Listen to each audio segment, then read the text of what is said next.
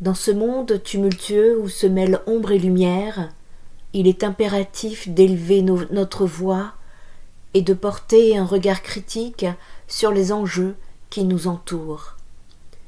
À travers les pages de mon livre, Michael Jackson, Changeons le monde, paru aux éditions Edilivre en 2017, je souhaite vous inviter à une réflexion profonde sur les forces invisibles qui façonnent notre réalité. Loin des simples théories du complot, il existe un plan méticuleux, orchestré par des entités secrètes que l'on désigne souvent sous le terme d'Illuminati. Leurs intentions, enveloppées dans le voile du mystère, visaient à établir un nouvel ordre mondial où la liberté d'esprit et l'autonomie des peuples sont sinon anéanties, du moins drastiquement limitées. Les symboles, les rituels et les messages cachés présents dans notre culture populaire nous rappellent chaque jour l'influence de ces puissances obscures. Ils érodent non seulement notre perception de la réalité, mais conditionnent également nos pensées et nos comportements.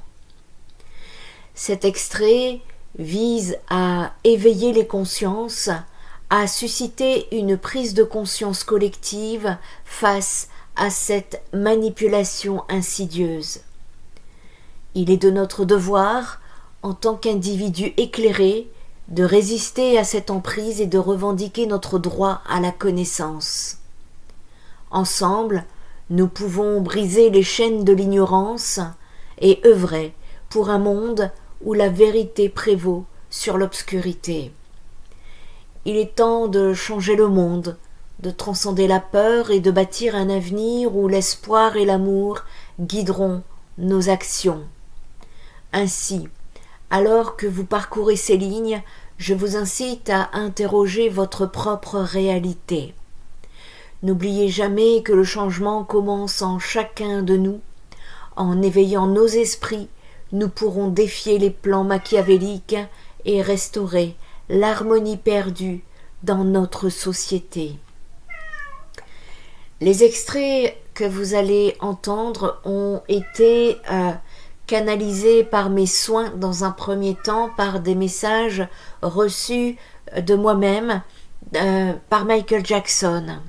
Je suis ensuite allée vérifier ce qu'il me disait par message, et je suis tombée sur des documents qui, dans la finalité de tout ce que j'avais écrit, ont fini par prendre ma réalité. Tous les reversements de ce livre seront engagés dans une action caritative pour les enfants en souffrance. Merci. Plan secret des Illuminati. Le protocole de Toronto 666. Vous révélez la vraie nature de ces gens qui dirigent ce monde et de mettre à nu toutes les actions qu'ils se sont toujours évertués à tenir secret. Ce passage provient d'un document secret des Illuminati, d'un journaliste indépendant, téméraire d'enquête. Pour avoir osé publier ces dossiers secrets, ce journaliste indépendant avait été assassiné par les Illuminati, criminels sans foi ni loi. Nous allons découvrir ce qui se passe dans le monde actuel et l'aboutissement d'un projet de destruction secret du monde concocté par les Illuminati depuis 1967 pour mettre en place un nouveau gouvernement mondial. Comment les Illuminati, ces vipères, ces démons en chair, qui se prennent pour des dieux sur terre, qui n'œuvrent que pour la destruction du monde. Il y a à ce sujet un article intitulé Les hypocrites mis à nu. Fin juin 1967, à Montréal, c'est l'Expo 67 à Ottawa, se déroulaient les derniers préparatifs du centenaire de la Confédération. Aux USA, c'est la contestation de la guerre au Vietnam à travers le pays, le Flower Power. Nous sommes près des événements 68 en France, de l'explosion du nationalisme au Québec, du festival Woodstock aux États-Unis. Mais en même temps, cette fin juin 1967 marque les derniers préparatifs de la mise au point du plan de la chute des nations par les hautes instances de la franc-maçonnerie anglo-saxonne à Toronto, Canada. Cette réunion secrète et confidentielle, organisée par les 666, c'est ainsi qu'ils se nomment eux-mêmes, c'est-à-dire ceux qui dirigent les 6 plus grandes banques mondiales, les 6 plus grands consortiums énergétiques de la planète, dont le pétrole fait partie, les 6 consortiums de l'agroalimentaire, dont fait partie le contrôle des routes du monde alimentaire, appelé le pétrole vert, dont je vous en parlerai dans une autre vidéo. Ces 666, étant les plus hauts responsables de la finance internationale, vont définir à l'intérieur de leur réunion une stratégie commune en vue de la mainmise absolue sur le commerce mondial, sur la possession de l'arme énergétique et sur le contrôle international de l'agroalimentaire, dans lequel est inclus pour eux les consortiums pharmaceutiques comprenant à leur tour le marché mondial des médicaments, des vitamines et des vaccins. Privilégier la médecine traditionnelle au profit des bonnes vieilles habitudes de grand-mère. Leur plan se résume à 3 orientations majeures: l'économie, la politique, le social. Pour les années 70-80, qui doit irrémédiablement déboucher sur la piste du pouvoir mondial par la mise en place du nouvel ordre mondial, celui dont le président américain George Bush fera tant la promotion au début des années 90. Document des 666, daté de fin juin 1967. Titre de ce document: Panem et Circense, du pain et des jeux de cirque. But du projet: le génocide vital au profit du rentable occulte. Moyen de financement du projet afin de financer les multinationales des 666. Se servir de l'aide humanitaire, de l'aide alimentaire internationale.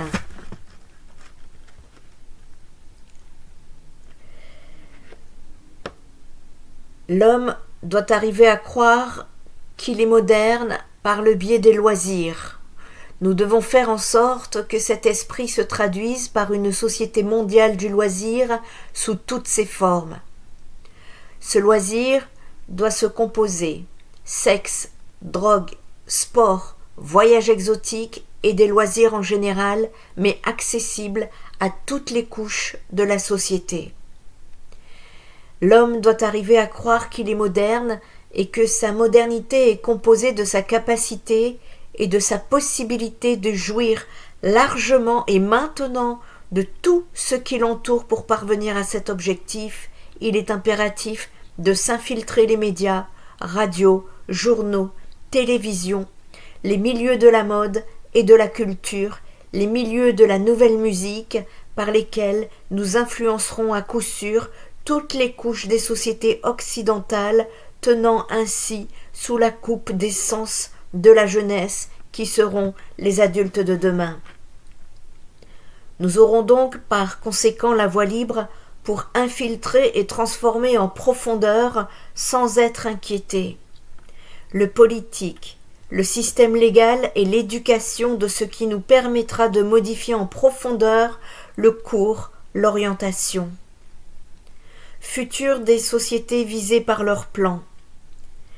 Les populations, nous le savons, n'ont pas de mémoire historique, du moins très peu.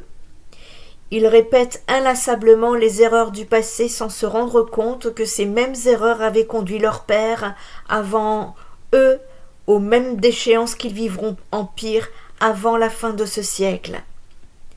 Voyez par exemple ce que leurs grands-pères ont vécu au début de ce siècle grâce au travail acharné de nos prédécesseurs. Après avoir connu sans limite la libération des mœurs, l'abolition de la morale, ils expérimentèrent la crise économique, puis la guerre. Aujourd'hui, leurs petits-enfants et leurs enfants se dirigent droit vers un aboutissement semblable, pire encore car cette fois-ci, il leur permettra enfin de mettre sur pied le nouvel ordre mondial sans qu'aucun d'entre nous ne soit à même de s'en rendre compte, très préoccupés qu'ils seront tous à satisfaire exagérément leurs besoins sensuels les plus primaires. Une norme générale plus qu'importante et qui a déjà fait ses preuves au début de ce présent siècle dans la construction et la mise en place du système communiste par les regrettés hauts officiers de nos loges et la rentabilité de l'exception. En principe, nous le savons, l'exception prouve la règle générale qui lui est contraire. Mais dans notre vocabulaire, l'exception, c'est ce qui doit être imposé à tous, c'est-à-dire l'esclavage moderne. Nous devons faire en sorte de faire des exceptions dans différentes sphères de la société, comme devant être de nouvelles règles générales applicables à tous, un objectif premier de toutes les futures contestations sociales menées par la jeunesse des nations. Ainsi, l'exception deviendra le détonateur par lequel toute la société historique s'effondrera sur elle-même dans un essoufflement et une confusion sans précédent. Ainsi, nous aurons réussi, dans un premier temps, à produire une société semblable à la Russie des années 50, où les enfants dénonçaient à l'État leurs parents, et cela sans que personne ne s'en aperçoive. En transférant ainsi l'État, le rôle parental, il nous sera plus facile par la suite de nous accaparer, une par une, de toutes les responsabilités qui avaient été jusqu'à date du ressort exclusif des parents. C'est ainsi que nous pourrons faire considérer par tous comme étant un abus contre l'enfant l'enseignement judéo-chrétien.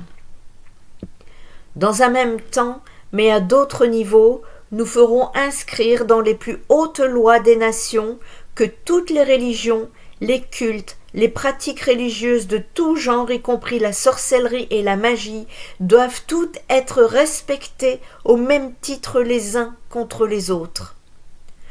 Ce sera par la suite d'une aisance déconcertante que de transférer ce rôle de l'État par rapport à l'enfant aux plus hautes instances internationales telles les Nations Unies. Comprenons bien ceci. Notre but n'est pas de protéger les enfants ou qui que ce soit d'autre, mais bien de provoquer l'éclatement puis la chute des nations qui sont un obstacle majeur à la mise en place de notre nouvel ordre mondial. C'est la raison pour laquelle les bureaux de protection de l'enfance doivent être investis d'une autorité légale absolue. Provoquer l'éclatement des nations. Ils doivent être en mesure, comme bon leur semble, mais toujours sous prétexte de la protection de l'enfance, de pouvoir retirer ces derniers de leurs milieux familiaux originels et les placer dans des milieux familiaux étrangers ou des centres gouvernementaux déjà acquis à nos principes mondialistes et irréligieux. Par conséquent, sera ainsi achevée la brisure définitive de la cellule familiale occidentale, car sans la protection et la surveillance de leurs parents originaux, ces enfants pourront ainsi être définitivement handicapés dans leur développement psychologique et moral, et ainsi représenter par conséquence naturelle des proies facilement adaptables à notre visée mondialiste. Nous ne parlerons pas de la jeunesse maltraitée réellement, c'est plus subtil, il faut faire attention de ne pas faire d'amalgame. Ces maltraités sont une bonne aubaine pour ceux qui veulent diviser. Ils en profitent pour se faire passer pour crédibles pour ce qui se fait secrètement.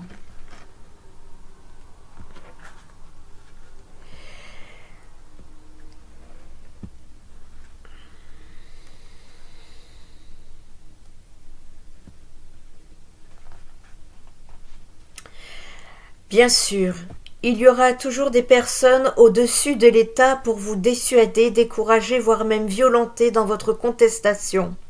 Mais sachez une chose, les peuples sont nombreux et eux le sont moins, c'est leur point faible.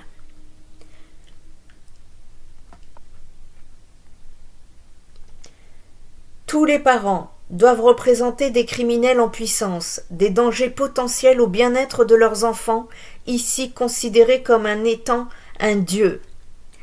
Un bureau de la protection de l'enfance et une charte des droits de l'enfant n'ont aucune raison d'être sans enfants menacés.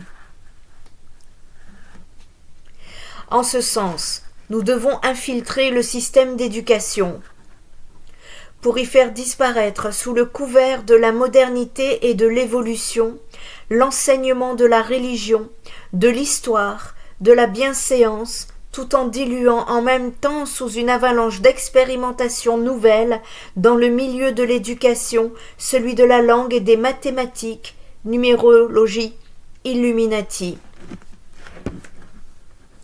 De cette manière, en enlevant aux jeunes générations futures toute base ou toute frontière morale, toute connaissance, donc toute fierté nationale, donc tout respect d'autrui, tout pouvoir de la connaissance du langage et des sciences, donc sur la réalité, nous contribuerons à fabriquer une jeunesse largement disposée à toutes les formes de délinquance.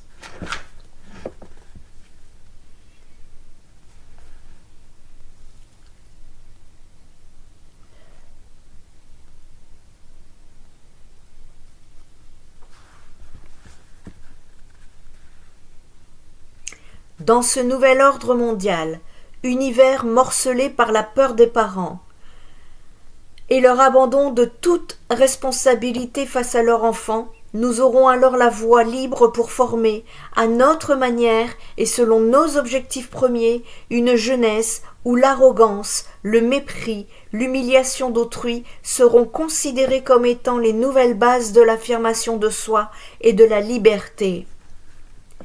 Nous savons à même l'expérience du passé qu'une jeunesse semblable est d'ores et déjà condamnée à son autodestruction, car celle-ci est foncièrement individualiste, donc anarchiste par définition. En ce sens, elle ne peut aucunement représenter une base solide pour la continuité de quelque société que ce soit, mondiale, et encore moins une valeur sûre pour la prise en charge des personnes âgées. Dans la même foulée, il est aussi impératif de faire créer une charte des droits et libertés individuelles et des bureaux de protection du citoyen. En faisant miroiter aux masses que ces innovations font partie intégrante de la modernité et des sociétés nouvelles du XXe siècle. De la même manière, et en même temps, mais à un autre niveau, faire voter de nouvelles lois pour le respect et la liberté individuelle, comme le cas de famille, et sur les plans de la société, ces lois entreront en conflit avec les droits de la collectivité. En menant ainsi les sociétés visées droit à leur autodestruction, car chez les Illuminati, l'inversion est totale. Ce n'est plus la société, le droit à la majorité qui doit être protégé contre des individus pouvant la menacer, ils éliminent déjà quiconque irait dans le sens contraire, mais plutôt bien le droit de l'individu, qui se doit d'être protégé contre les menaces possibles de la majorité. Voilà le but que nous nous sommes fixés pour achever l'éclatement de la famille, du système d'éducation, donc de la société en général. Il est primordial d'encourager la liberté sexuelle à tous les échelons de la société occidentale. Il faut réduire l'individu, donc les masses, à l'obsession de satisfaire leur instinct primaire par tous les moyens possibles. Nous savons que cette étape représente le point culminant par lequel toute société finira par s'effondrer sur elle-même. N'en est-il pas ainsi de l'Empire romain à son apogée et de toute civilisation semblable à trouver l'histoire ? Par des hommes de science et des laboratoires financés par nos loges, nous avons ainsi réussi à faire mettre au point un procédé chimique qui révolutionnera toutes les sociétés occidentales et relèguera aux oubliettes pour toujours les principes moraux et religieux judéo-chrétiens. Ce procédé sous forme de pilule ouvrira la voie toute grande à la liberté sexuelle. Sans conséquence, cela poussera les femmes des nations à vouloir briser avec ce qui sera alors perçu comme étant le joug du passé. Esclavage des femmes et à la famille judéo-chrétienne, jadis centre et pivot de la cellule familiale, la femme moderne maintenant en tant qu'individu indépendant voudra briser avec son rôle traditionnel. Se détacher de la famille et mener sa vie selon ses propres aspirations personnelles. Rien de plus naturel, nous le savons, mais là où nous interviendrons fortement, ce sera d'infiltrer tous les nouveaux membres de la contestation féminine en poussant leur logique jusqu'à ses extrêmes limites de conséquences. Ces limites se trouvent déjà inscrites dans l'éclatement définitif de la famille judéo-chrétienne. Cette libération sexuelle sera le moyen ultime par lequel il nous sera possible de faire disparaître la conscience populaire, toute référence au bien et au mal. L'effondrement de cette barrière religieuse et morale nous permettra d'achever les processus de la fausse libération de l'homme, de son passé, qui en réalité est une forme d'esclavage qui sera profitable à nos plans mondialistes. Cette porte ouverte pour l'encouragement à la liberté sexuelle, au divorce, à l'avortement, sur demande, à la reconnaissance légale des diverses formes d'homosexualité nous aidera à modifier en profondeur les bases historiques. Souvenez-vous que les livres d'histoire sont mensonges, disait Michael Jackson. Nous modifierons du droit légal des sociétés. Elle sera un atout majeur pour pousser l'ensemble des individus à un relâchement général des mœurs, pour diviser les individus les uns par rapport aux autres, selon leur instinct et leur intérêt propre, afin de détruire l'avenir de la jeunesse en poussant aux expériences néfastes de la sexualité hâtive et de l'avortement. Et pour briser moralement les générations futures en les poussant à l'alcoolisme, aux drogues diverses, dont nos officiers supérieurs des loges internationales se chargeront d'en prendre le contrôle au niveau mondial, et au suicide.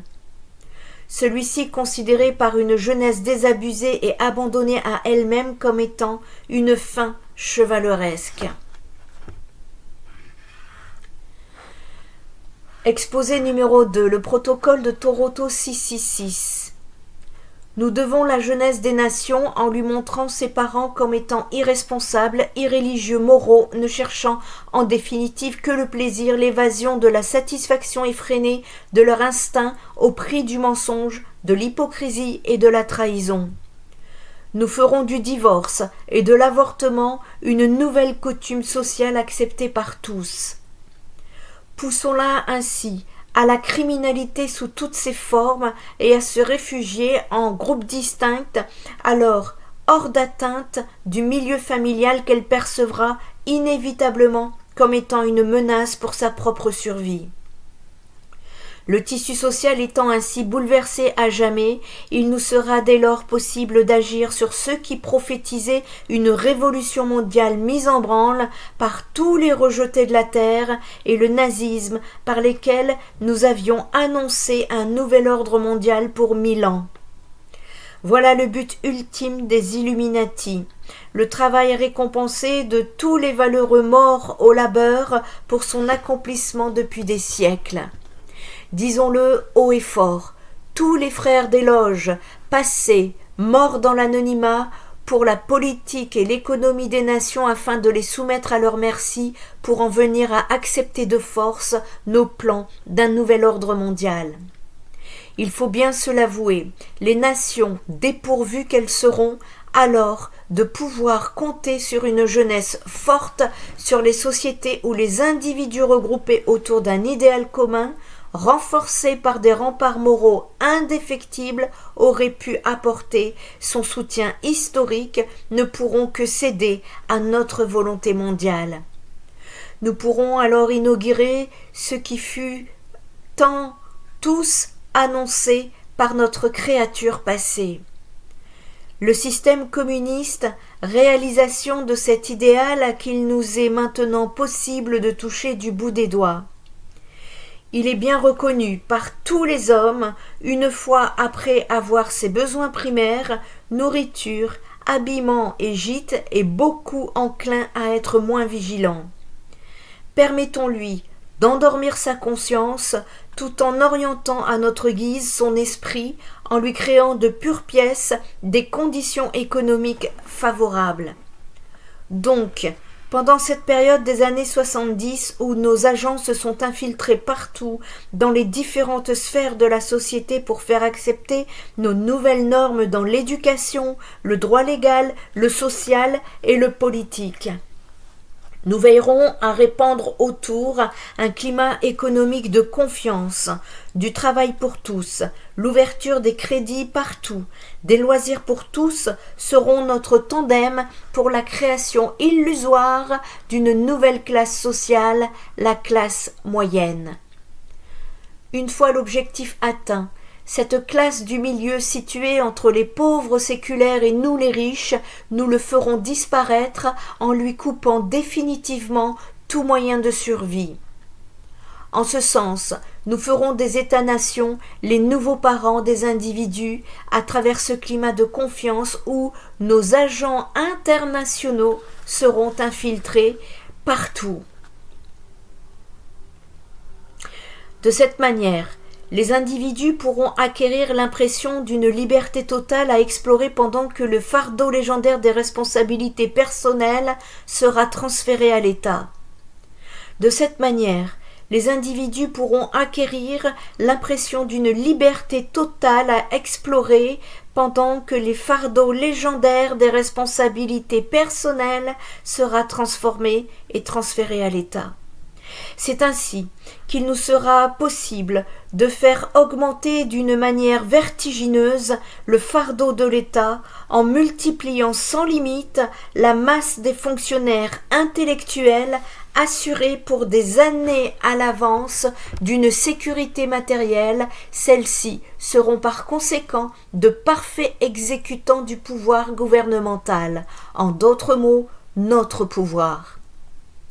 Créer ainsi une masse impressionnable de fonctionnaires qui, à elle seule, formera un gouvernement dans le gouvernement, quel que soit le parti politique qui sera alors au pouvoir. Cette machine anonyme pourra nous servir un jour de levier lorsque le moment sera venu pour accélérer l'effondrement économique des États-nations, car ceux-ci ne pourront pas indéfiniment supporter une telle masse salariale sans devoir s'endetter au-delà de leurs moyens. D'un autre côté, cette même machine qui donnera une image froide et insensible de l'appareil gouvernemental. Cette machine complexe et combien il est inutile dans beaucoup de ses fonctions nous servira de paravent et de protection contre les populations. Car qui osera s'aventurer à travers les dédales d'un tel labyrinthe en vue de faire valoir ses doléances personnelles? Toujours dans cette période d'étourdissement général, nous en profiterons aussi pour acheter ou éliminer tous les dirigeants d'entreprise, les responsables de grandes organisations, grands organismes de l'État, les centres de recherche scientifique dont l'action et l'efficacité risqueraient de donner trop de pouvoir aux États-nations. Il ne faut absolument pas que l'État devienne une force indépendante en elle-même qui risquerait de nous échapper. Nous veillerons ainsi à avoir une mainmise absolue sur toutes les structures supranationales des nations. Ces organismes internationaux doivent être placés sous notre juridiction absolue. Dans le même sens et pour garantir la rentabilité de notre influence auprès des populations, nous devrons contrôler tous les médias d'information. Nos banques verront donc à financer que ceux qui nous sont favorables, tandis qu'elles superviseront la fermeture des récalcitrants. Cela devrait en principe passer presque inaperçu dans les populations, absorbées qu'elles seront par leur besoin de faire plus d'argent et se divertir. Nous devons nous occuper à finaliser dès maintenant les phases de déresponsabilisation des régions rurales amorcées au début de la crise économique de 1929. Surpeupler les villes était notre tandem de la révolution industrielle. Les propriétaires ruraux, par leur dépendance économique, leur capacité à produire la base de l'alimentation des États est une menace pour nous et nos plans futurs. Entassés dans les villes, ils seront plus dépendants de nos industries pour pouvoir survivre. Nous ne pouvons plus nous permettre l'existence de groupes indépendants de notre pouvoir. Donc, éliminons les propriétaires terriens en faisant d'eux des esclaves obéissants des industries étant sous notre contrôle. Quant aux autres, permettons-leur de s'organiser en coopératives agricoles que nos agents infiltreront pour mieux les orienter selon nos priorités futures. À travers l'État, attachons-nous à bien mettre en évidence le respect obligatoire de la diversité des cultures des peuples, des religions, des ethnies qui sont autant de moyens pour nous pour faire passer la liberté individuelle avant la notion d'unité nationale, ce qui nous permettra, comme actuellement, de mieux diviser la population des États-nations et ainsi les affaiblir dans leur autorité et leur capacité de manœuvrer. L'être humain, d'abord,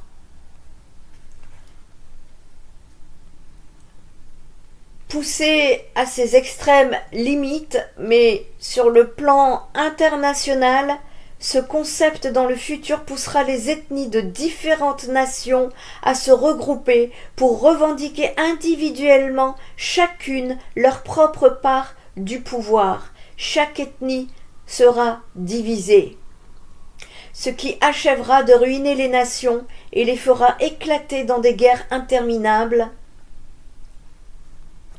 Lorsque les États-nations seront ainsi affaiblis par autant de luttes intestines, toutes fondées sur la reconnaissance des droits de minorité à leur indépendance, que les nationalistes divisés en différentes factions culturelles et religieuses s'opposeront aveuglément dans des luttes sans issue. Que la jeunesse aura totalement perdu contact avec ses racines, alors nous pourrons nous servir des États-nations pour mieux commencer à imposer notre nouvel ordre mondial. D'ailleurs, à ce stade-là, les idéaux illuminataires sociaux et historiques des États-nations auront depuis longtemps éclaté sous la pression des divisions intérieures. Fin du document 666 de fin juin 1985. Autre plan des Illuminati. Aurore rouge. But du projet: établissement de l'occulte mondial. Moyens de financement: contrôle du FMI, du GET, de la Commission de Bruxelles, de l'OTAN, de l'ONU et d'autres organismes internationaux. Les 18 dernières années avant 2014 furent très profitables pour l'avancement des projets mondiaux. Je pense, frères, que nous touchons maintenant presque le bout. La chute des États-nations n'est plus qu'une question de temps assez court.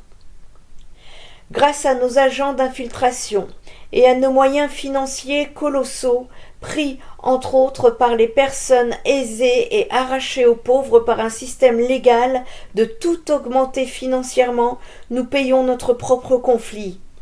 Des progrès sans précédent ont maintenant été accomplis dans tous les domaines de la science et de la technologie dont nous contrôlons financièrement les plus grandes corporations comme l'industrie de la musique.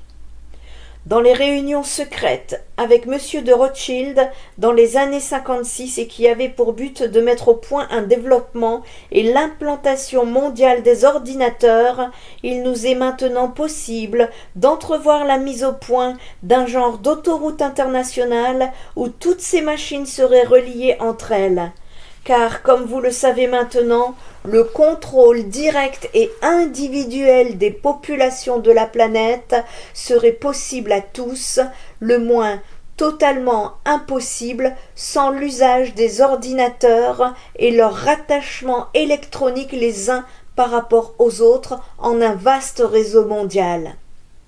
Ces machines ont le pouvoir de remplacer des millions d'êtres humains. Nous commençons à nous apercevoir ces machines à payer automatiques. Ces machines ne possèdent ni conscience, ni morale aucune, ce qui est indispensable pour la réussite d'un projet comme le nôtre. Surtout, ces machines accomplissent sans discuter tout ce qui leur est dicté. Elles sont des esclaves parfaites dont ont tant rêvé nos prédécesseurs, mais sans qu'ils aient été à même de se douter qu'un jour nous serait possible d'accomplir un tel prodige. Ces machines sans patrie, sans couleur, sans religion, sans appartenance politique, sont l'ultime accomplissement et outil de notre nouvel ordre mondial. Elles en sont la pierre angulaire. L'organisation de ces machines en un vaste réseau mondial dont nous contrôlerons les leviers supérieurs, nous servir à immobiliser les populations. En cas de litige, adressez-vous à la machine qui ne vous répondra pas. Nous remplaçons l'être humain. Comme vous le savez maintenant, la structure de base de notre nouvel ordre mondial est composée dans son essence d'une multitude de réseaux divers couvrant chacun toutes les sphères de l'activité humaine étendue sur la planète. Jusqu'à ce jour, tous ces réseaux étaient reliés entre eux par une base idéologique commune, celle de l'homme comme étant le centre et l'ultime accomplissement de l'univers. Ainsi, grâce à tous ces réseaux unis par le bien de la nouvelle religion de l'homme pour l'homme, nous avons plus facilement infiltré tous les secteurs humains, dans tous les secteurs humains, dans tous les pays occidentaux et en modifié la base judéo-chrétienne. Le résultat est qu'aujourd'hui cet homme, qu'il fasse partie du politique, de l'économie, du social, de l'éducation scientifique ou du religieux, a déjà, depuis notre dernière de fin juin 1967, abandonné son héritage passé pour le remplacer par notre idéal d'une religion mondiale basée uniquement sur l'homme, coupé ainsi qu'il est dorénavant dans ses racines historiques. Cet homme, plus en définitif, que lui soit proposée une autre idéologie. Celle-ci, bien entendu, est la nôtre, celle du village communautaire global dont il sera le centre et précisément ce que nous lui apporterons en l'encourageant à en faire partie.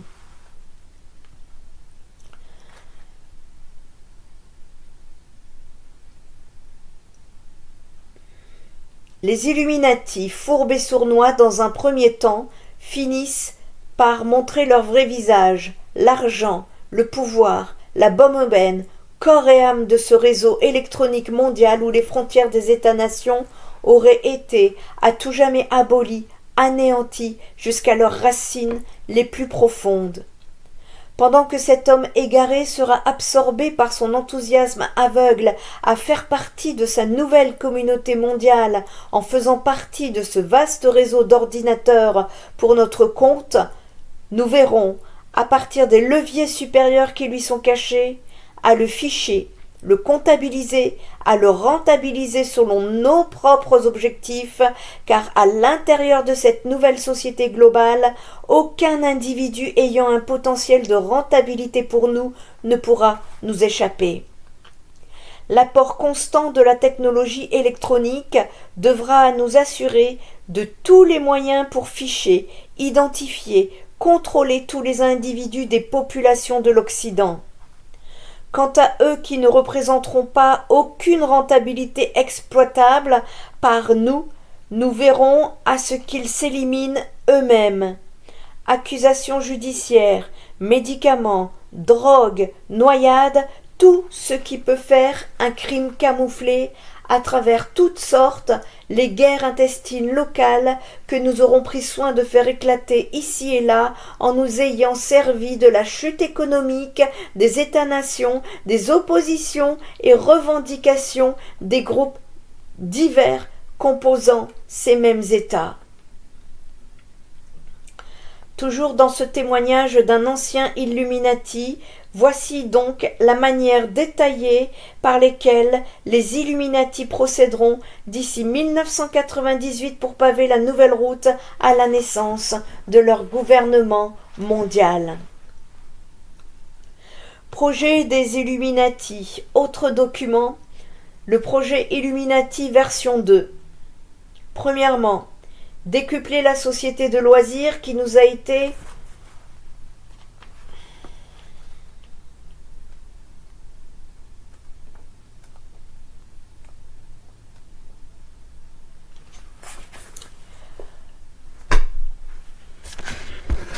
à suivre dans une autre vidéo.